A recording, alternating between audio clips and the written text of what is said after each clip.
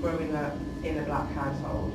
So I just wanted to take a look at how we were raised, the kind of parenting techniques that our parents used. And I wanted to look at it from the childhood perspective, so how we felt about those things at the time when we were being parented in that way. And then later on we'll look at how we feel about those things now, if we can appreciate the things our parents did, or if there are some things that we still can't appreciate even now in adulthood, which I'm sure there are probably some of those. My mum is also listening, so yeah, I'll try and keep it nice for you, Mum, it'll be fine. So I wanted to start out with some statistics. So the first statistic that I found was that 31.7% of black households are made up of one person, 24.3% are single parent families, and 21.6% were married couples or civil partners. So that puts us in the highest bracket for single parent families and households where the parents aren't married. And breaking that down even further, black Caribbean households are more likely to have a single parent than a black African household where the parents are more likely to be married. So starting out, I just wanted to ask you guys, who was in your household, and are you from an African or Caribbean family? So Charlene, if we start with you. Okay, I was in a single parent with mother. Yeah. Caribbean background household with 4 siblings. Okay. And where did you fit in the age? I'm number 2. You're number 2. But my sister, who is older than me, left the house when she was about 12, so I became the eldest in the household. Okay. Yeah. And what about you, Devina? So my parents come from the Caribbean. My dad comes from Jamaica and my mom comes from St. Kitts and Nevis. And so in my household, I started out as a 2-parent household. My parents were married. Yeah. I think when I was about 7, 8, my dad moved out and he had 2 months down the road, so he was always active in our lives. Yeah. And I have, in my household, my mum got 6 of us, my mum and dad, so we had 5 of us. And where did you fall in there? I'm the last, so I've got 2. Yeah. I'm actually the last. Oh, really? Yeah. Okay. So what was that like growing up with a twin? I was compared a lot. Yeah. Still am compared a lot.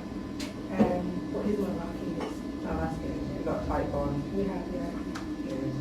So we've touched on fathers leaving, and that's a prevalent stereotype within the black community, is that dads don't really stick around. And I feel that that's something that is changing a lot now, and there are a lot of men who play the role that they're supposed to play in their children's lives. But I think there was a time, I'm not going to deny that there was a time when that wasn't really happening. So what was your personal experience of that, Charlie? Growing up, my dad was absent. Yeah. He left my mum when she had my little brother, roughly at the age of 18. So we didn't really know. My mum didn't have another partner. She was just predominantly her and us in the house. My dad popped in once in a while. Yeah. I know there was a lot of, not knowing a lot, but I know there was a lot of court issues going on and whatever. Yeah. And I suppose, I don't want to say it like this, but I think my mum kind of kept us from him a little bit. Yeah. From what I'm hearing, I don't know how true it is, you know. And yeah, it was a lonely childhood without your father, because you do need your dad. But we were always told, don't get involved in big people's business, so you have to kind of stick back and hold it. And whenever you see him, you see him. When you don't, you don't. You just have to go along with the flow. Yeah. Yeah. So how do you think that, as a child, how did you internalize that? How did that make you feel? Rejected. There was a lot of rejection. I felt like my dad, he wanted, when he was around, he wanted to be with us, but then when he disappeared, like, you just don't hear from him for months on end or whatever. So then he went on to have another family, so there was like, oh my God, he's left us and gone on to have another, so who are we, if you understand? So when he had another family, did you feel that, or was he more active in their life? Yeah, definitely, because he ended up moving to, I'm from London, so he ended up moving to North London, where we're originally from South London. Yeah. got married, had other kids, and yeah, we were just kind of left by the wayside. Yeah, and it's effective. I can see it, especially in my younger brother. I can see the need for my dad, but what could he do? He's now gone on to kind of say he's parenting his kids the way that he wasn't. So he's actually active in his kids' life. Yeah, so from a negative became a positive. Yeah, that's good. And what about you, Devina? So your parents were actually married and then they got divorced. So you had a kind of different experience because your father, you said, was very much present even though the relationship broke down with your mom. Yeah.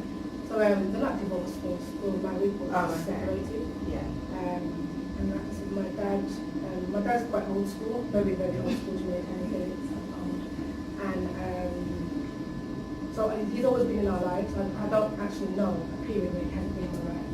Literally like 2 minutes around the corner, so he was always accessible.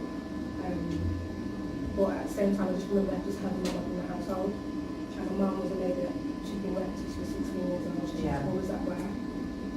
But then they've got older siblings, so they kind of took on that mothering, fathering role. When they was in the home. Okay. So I wanted to kind of go through some of the main parenting things that we have to deal with and discuss how our parents dealt with those issues, and then later on when we're talking about our parenting we'll discuss how we would handle those situations.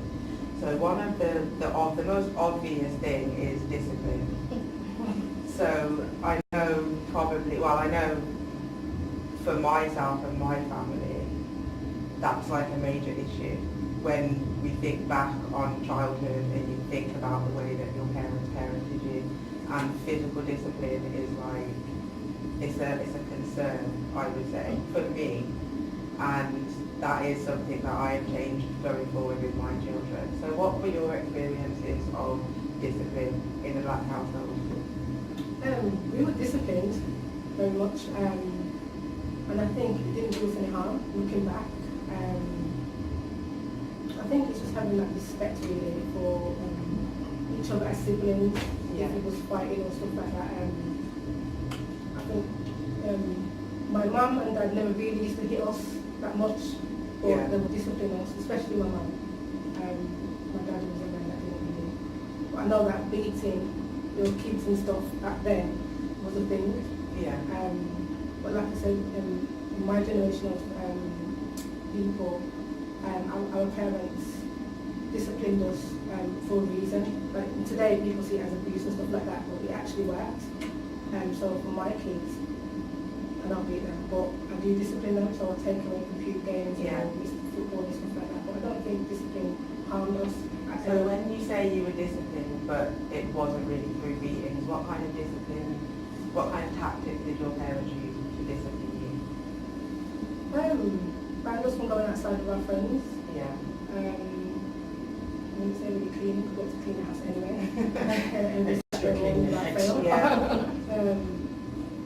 Just like basically we couldn't go to certain clubs, that type of thing really. Okay. And what about you, Charlene? My mum was old school. Old school. So beating was the main form of punishment. I was the eldest girl, so as Devina was saying, I had the responsibility of looking after the youngest. So also a form of discipline my mum had. My brother, who is 2 years younger than me, was allowed to stay out until God knows what time. And I had to be in by 9 o'clock per se. The beating, I've got a different view than Devina, but the beating somewhat done me personally harm. Not positively. But on the same hand, it's allowed me to grow and see things from my mother's eyes at that time. Knowing her journey that she was going on and what traditions she followed, if you understand what I'm saying. So I don't blame her none at all now. I was very hurt and kind of, there was a rage towards her. Because why did you, the boys didn't get beaten at all. Really? The boys did not get beaten at all. They were the apple of her eye, but me as the girl did. And And she used to say things like, you need to know how to do this and do that. When you're older, you won't have a man. Certain things that, you know, words that she would speak negatively. Yeah. But then I flipped the script. I do understand why she did it, and I understand her journey now. Yeah. But looking back, nah. Is that something that you've been able to speak to her about now in adulthood? Yeah, my mum don't speak that way. No. We haven't spoken to her. God, like 6-7 years now. Really? So there's no relationship there. But I thank her. Yeah. See, this morning I was going through the plans for this show, and I actually got quite emotional because I had to start reliving my own plans in order to put the questions together and come up with what we were going to talk about, and I found myself getting really emotional and then thinking, I hope I don't like have a breakdown like live on air, because I didn't realise that I had so many kind of unresolved issues That's right. of my own until I really had to think about it this morning. And my main issues have been with my dad, and we grew up together, like he was in the family home with us. He was big on physical discipline, and I got a lot of beatings. Like you, as the oldest child, it's like you get more than anyone else. That's right. You're the example, so it's all kind of like you get beat so they don't have to. That's right. That's exactly in a way. Exactly. Yeah, you get the beating for everybody. Like you have to hold that. Exactly. As the oldest child, that's just your role in life, and it is quite difficult. And my main issue with it is that I could potentially forgive my dad for the way he treated me growing up. But the thing that stops me from doing that is his ability to admit that he ever did anything wrong, or to see things from my perspective and how that could have been harmful to me. And he can't take that on, like he can't. It's not even criticism, it's just facts, like just acknowledge that you did this and it caused this, and then we can kind of move forward. But until you get that, it's kind of difficult to let those things go. I think, as I'm just coming through that journey of forgiveness with my mum, because I was stuck in a place where I was unable to move forward. I was unable, a lot of things in my life, trust issues, hurt, not allowing anyone in, nothing like that. I'm going to hurt you before you hurt me, that's the thing. Yeah. So I had to get to a point in my life where I had to, doing a counselling course, had to look at where she was coming from. Was it learned behaviour? Yeah. Do you understand? Because we follow patterns. Patterns are followed through parenting. So still, some things that my mum used to do, me and my daughter were on that level with her. I'm on that level with her. But I had to let go because it was stifling me, my growth, me just being able to love, me being able to be free to say, you know what, all right, you done that to me, or you hurt me in that way, but that was then, and you're no longer going to hold my surrounding. Yeah. I'm going to let you go, even if you want to talk to me or not. That's up to you. Yeah. You do you. You're on your own personal journey. God is putting me on my own personal journey, so therefore you walk your road. I forgive you. I love you. You're still my mum. Nobody can't speak bad of her to me. But I leave you there. When God's ready to deal with your heart, then He will. If you want to come and apologize. But if not, I forgive you. Yeah. That's the only way. That is a good way to be. That's the only way. Hurt and pain. You do just have to walk away. You have to. And I think, especially in black families, you're kind of raised with the concept that family is family, and no matter what that family does to you, they're your family and you have to stick together. But sometimes sticking together is detrimental to your own well-being, and you have to kind of sever that tie for your own self. I've moved from London 2 years ago up to Birmingham, knowing nobody, for a fresh start, and I've now found myself. I'm no longer living for people, so the forgiveness, because I think if I stayed in London, I'd still be harbouring the feelings. Yeah. So before I left, I did try and have a conversation with her. I don't know, well, it washed over as far as I'm concerned, because we were supposed to have meetings afterwards and it never happened. So I left on the ground that I'm clear. Not about you, I'm clear. Do you understand? In our culture, we're not allowed to speak about things, we're not allowed to say things, keep it. what goes on in the house stays in the house, Yeah. but that's damaging. That is so much damaging to you as a person, because Yeah.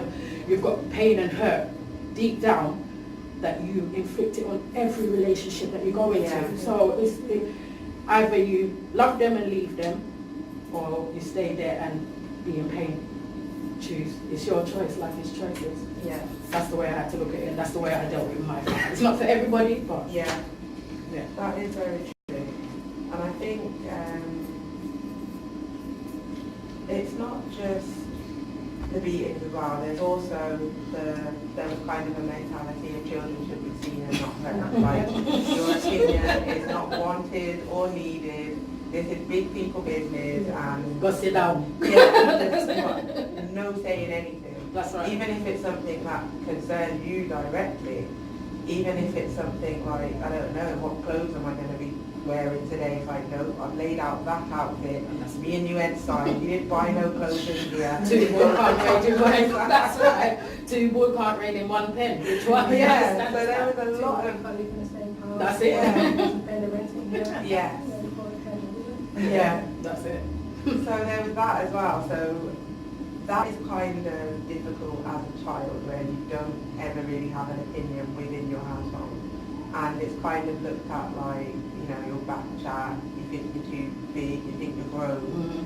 But you're also a person. I think we parents of our parents' generation didn't really consider children as people in their own right. It's kind of, you're my offspring, therefore I control everything about you, and you have no agency of your own or opinion of your own. You can't express yourself in any way. And I think I went to a school where there was only 2 black people in my year. There was a lot of white people. It was a girls' school in Gloucester. So when I'd be coming home and telling my parents, like, well, Stacey's allowed to do such and such, and Joanne's having a sleepover, and such, they're all going to town to go to Starbucks. And my parents would be like, no, like, you're not doing any of that stuff. And you kind of see, when you look at them, you can kind of see the freedom, like they have ultimate freedom. And we were kind of like zero, it was like almost locked down, especially as a girl. Especially as a black girl, you were just locked down. What are your experiences of that? Exactly that. We locked down. We weren't allowed to go. Well, I wasn't allowed to go anywhere. And if I was, I had to take my little 2-year-old brother with me. So I, in turn, called him my handbag. So if I wanted to go to like a friend's house on the weekend, so the first thing you do is you make sure the whole place is clean. Skirting, ball stores, everything, because they're going to find anything. She's going to find anything to keep you indoors. Then after that's finished, then she can't find anything. She'll be like, oh, all right, well, take Ishmael with you. So I'm like, oh, okay, come on. We end up, we literally went everywhere together, me and my little brother, so we ended up being so close. Looking back, I didn't really have the freedom to do anything really, unless it was under her terms. Yeah. Even back to going to primary school, I remember one of my best friends asked me to stay at her house. Yeah. But her mum had already seen my mum at the school gate and asked my mum before I even got there. Yeah. That's never good. Don't send your little friends or your friends' parents to tell anyone anything. I've come running out the gate, happy like what?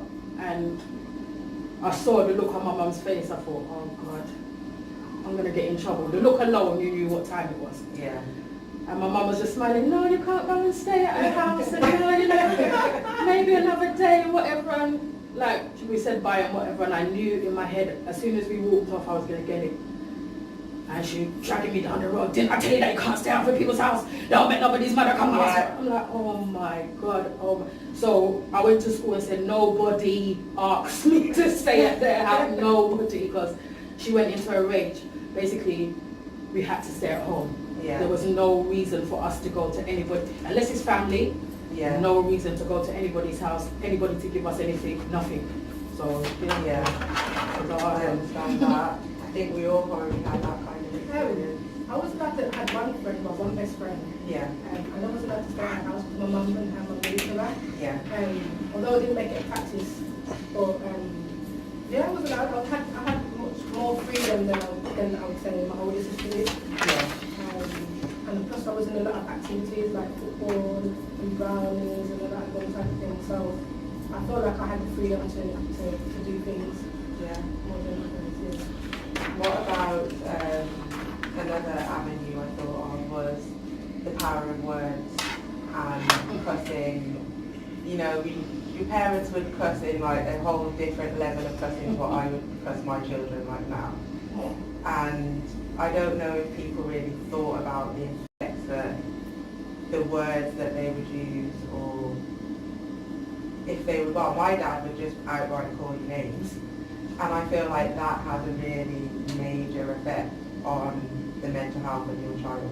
If you're gonna, like, I don't know, like, say bullying things. Like, I used to be quite chubby when I was about 14. So he'd say things like how I'm big for nothing, and my sister's like the slim one, and I'm just like obese, like obese. He'd actually call me obese, and I wasn't even obese. It was just like teenage puppy fat. But then even to this day, like, I have issues surrounding weight and things like that. So it's a lot. You do need to be careful with what you say. Well, I was the mager one. I was very, very slim when I was younger. Yeah. My mum was a Christian, so she never used to use all the bad word on me or in the household really. No, you never got that. No, but my You're dad, lucky. he's got a few choice of words at the time. Yeah, he used every word going. Yeah. So kind of got used to them even now. I can still hear them in words. And Yeah. I'm like, okay, yeah. But my mum, no, not in the household. That's good. What about you, Charlene? It's like I'm painting a negative picture of my mum in it, but I love her down to the ground. I'm gonna stop saying it. Bad word, bad word, bad word. Yeah. Yeah, and to me, I've grown up and I realize words are power, and words can manifest. Names can manifest. I'm not going to go into the names that she said, but a lot of things that she said to me manifested in my teenage years because continuously I heard it, so I became it. Yeah. Not knowing, I think it's subconsciously, but I became it. Yeah. Now sitting back and looking, thinking, why was I doing these things? Because I was called it. Yeah. How am I going to break free of this? I've got to change it. So the words that she called me back in the days, I had to reverse it in my older age, like maybe 25, 26. Yeah. To It become. just takes some time It takes to time. realise. Right. And the negative words is something that I won't use on my daughter at all. I've got an 18-year-old. And I know the power of the negative words to me. I will never ever use them on my daughter. Yeah. So if it's not growth, if it's not empowerment, if it's not power words, it's not coming out. No, it's not at all. Right, we're going to take a short break now, and when we come back we'll be continuing our conversation about parenting in the Black community. We'll see you on the other side.